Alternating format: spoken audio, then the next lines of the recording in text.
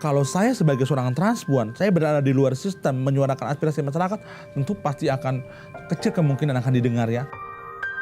Apalagi stereotype label di Indonesia, waria itu pasti bodoh, nakal, tidak tahu apa-apa, nggak mengerti hukum. Terus saya berpikir, ini kesempatan saatnya.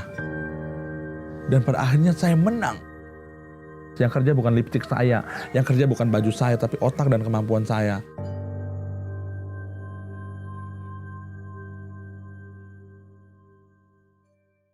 Hi, my name is Rana, and I'm a journalist for Vice, the first transgender journalist at Vice Indonesia.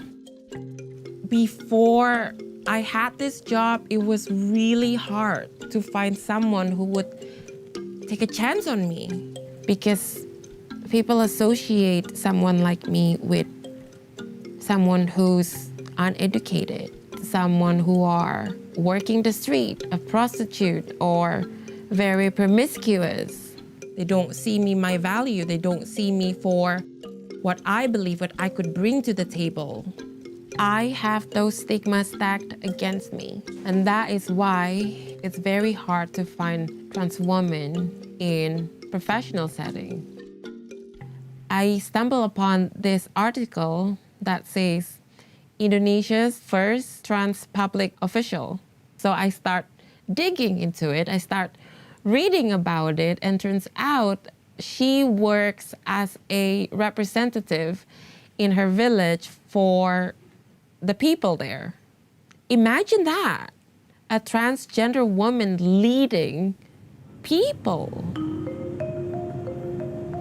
I traveled to Maumere to meet with Indonesia's first transgender woman public official, and I really can't wait.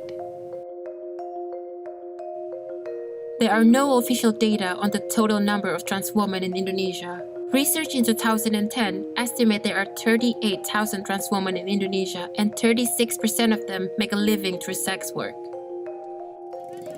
In Muslim-majority Indonesia, trans people are often not accepted in society as they are seen to contravene social norms. In Maumere, East Nusa Tenggara, 2,500 kilometers from Jakarta, is a different story.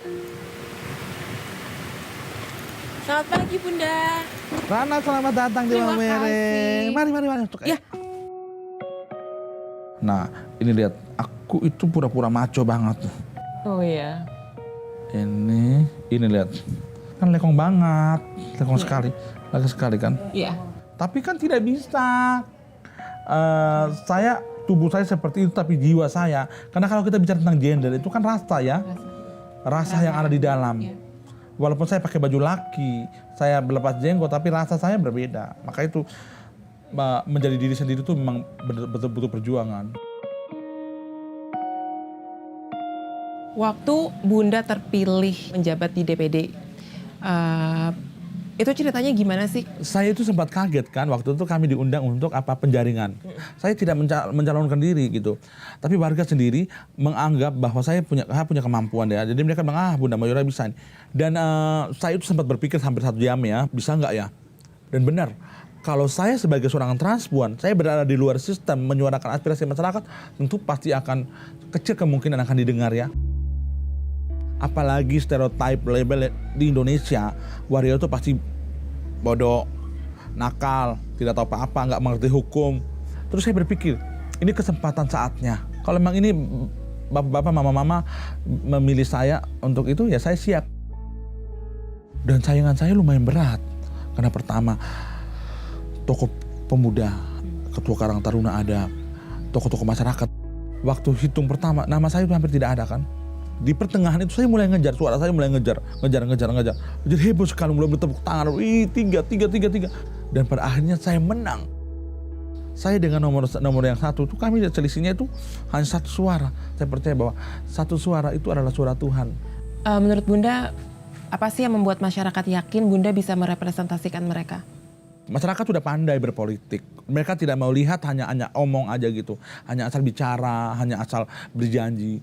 Orang tidak melihat dari kita punya gender lagi. Orang tidak melihat saya waria. Mereka melihat saya dari saya punya kemampuan. Bagaimana saya sudah dekat dengan masyarakat, bagaimana saya mengajar sekami dengan anak-anak kecil kan, buat kegiatan. Kemudian saya hadir bersama ibu-ibu. Saya membuka ruang inklusi dan ruang perjumpaan. Yang kerja bukan lipstik saya, yang kerja bukan baju saya, tapi otak dan kemampuan saya. Despite Bunda Mayora's success in winning over the hearts of her community, her journey toward self-acceptance was far from easy.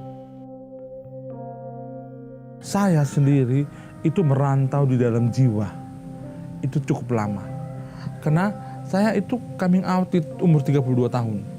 Berarti sepanjang 32 tahun itu saya menutup diri saya. Saya dari kecil udah melihat diri saya yang feminin. Tetapi di satu sisi ada kata-kata ketika feminin itu dilabeli dengan orang yang homo kayak gitu. Orang yang berdosa. Pada akhirnya saya masuk di pendidikan seminari. Ajaran agama sendiri hanya mengenal konsep gender itu hanya 2, perempuan dan laki. Nah di situ saya menemukan sesuatu yang berbeda dari saya. Kenapa? Secara ekspresi gender saya sudah berbeda. Secara orientasi seks ternyata saya juga memiliki orientasi seks yang tidak sama dengan organ biologisku. Di situ saya mulai merasa tertekan. Saya merasa bahwa Tuhan itu tidak adil. Mengapa Tuhan Engkau menciptakan saya dengan keadaan kayak begini? Mengapa Engkau menciptakan biologisku seperti kayak begini tetapi rasa itu berbeda? Saya merasa berdosa berdosa terhadap agama, berdosa terhadap keluarga. Pada akhirnya sudahlah biar saya mati aja kayak gitu kan.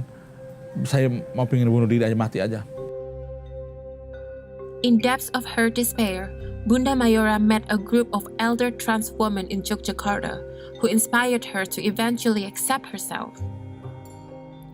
Being a trans woman in Indonesia means dealing with all the stigmas already attached on them. Sebagai transpuan di Yogyakarta itu kami sulit dapat pekerjaan. Ya kita punya ekspresi ini, orang tidak terima kita. Terus kalau saya tidak cari uang, mau makan apa? Satu-satunya jalan untuk dapat duit, kalau nggak nyebong, ya ngamen.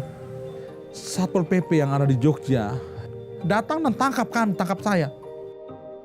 Saya dianggap sebagai PMKS, penyandang masalah kesetaraan sosial. Sehingga saya harus lari dan saya kecelakaan. Tangan saya di pergelangan ini patah. Mereka lihat tapi mereka biarkan aja. Dan ini adalah kenangan kejahatan negara yang saya rasakan. Tapi saya bersyukur bahwa hanya tangan dan saya masih bisa bernafas. Maka itu gimana ya?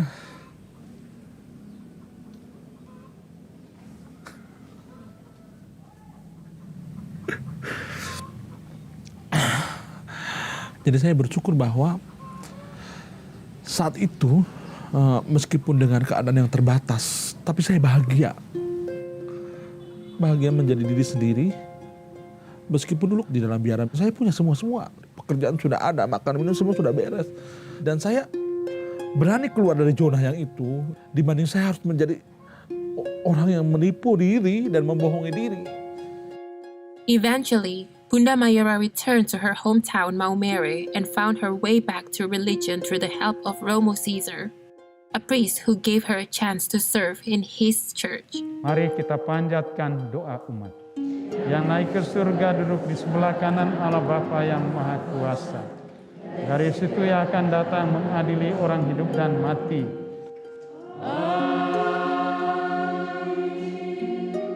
Romo sebagai pemuka agama Katolik, kalau aku bertanya penempatan transpuan atau transgender pada umumnya di agama Katolik itu seperti apa? Karena yang saya tahu Katolik itu cuma percaya dengan kodrat laki-laki dan perempuan saja. Kalau di agama Katolik itu memang betul hanya mengakui kodrat. Kodrat laki-laki dan kodrat perempuan.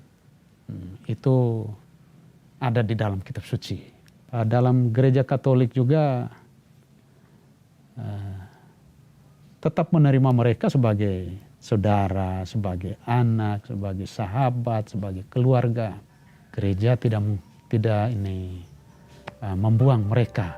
Kalau saya sebagai gembala, saya tetap mengatakan baik buruk atau ya bagaimana. Ini saya punya saudara, saya punya orang, saya punya umat. Ada konflik nggak di dalam diri Romo untuk menerima Bunda Mayora? Saya sama sekali tidak ada pikiran yang negatif dengan saudara saya ini. Karena saya mengenal cukup dekat dengan Bunda Mayora ini.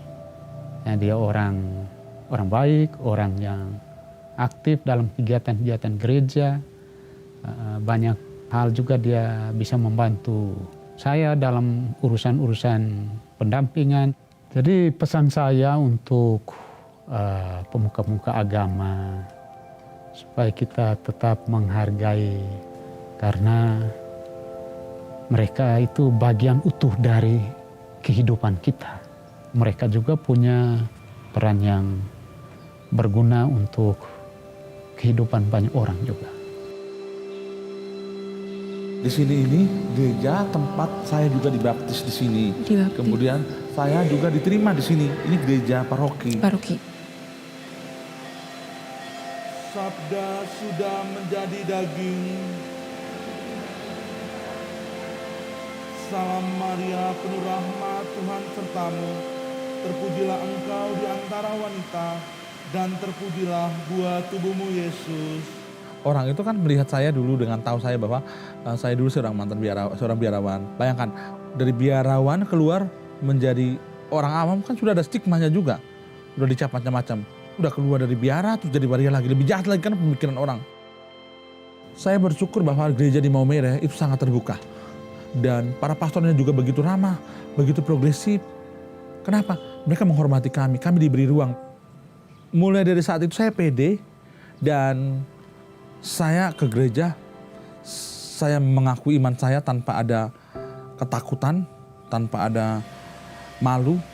Dalam nama Bapa dan Putra dan Roh Kudus. Amin.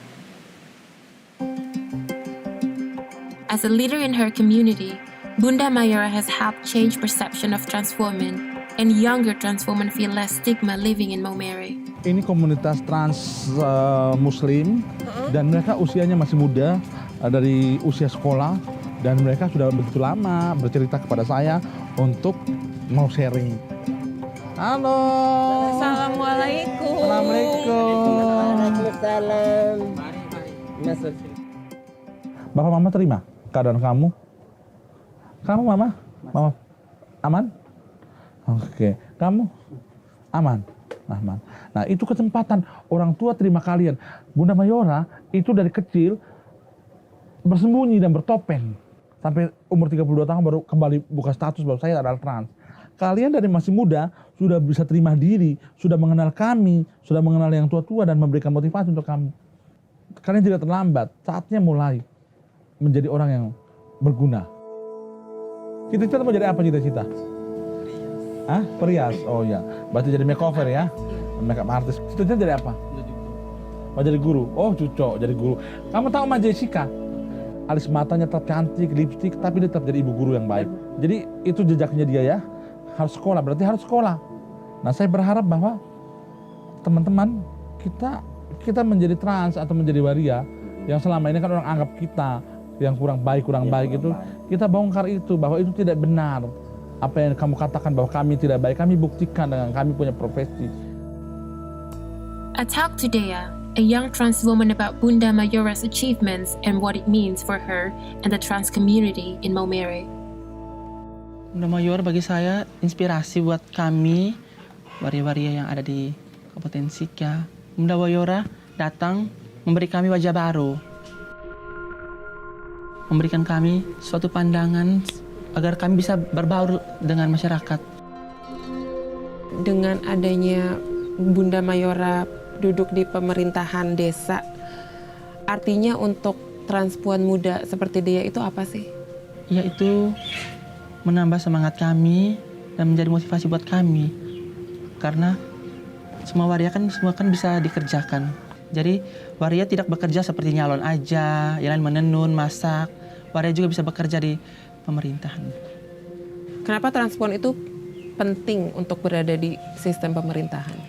Memang sangat penting sehingga pemerintah tidak menyepelekan kaum minoritas lainnya seperti para waria, janda, orang-orang yang ditinggalkan atau dikucilkan dari masyarakat begitu.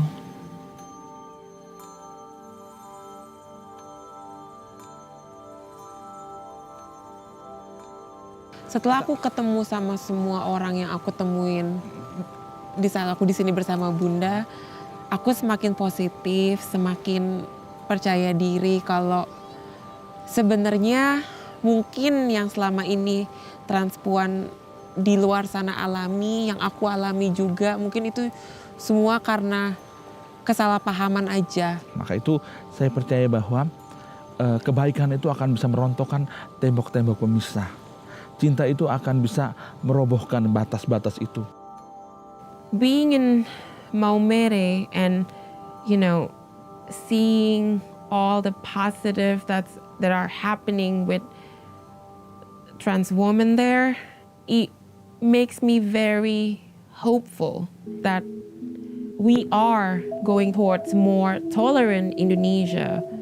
And hopefully there will be more transgender women who holds more prominent positions in Indonesia so that more doors would get knocked down, and so more opportunities for trans women are open.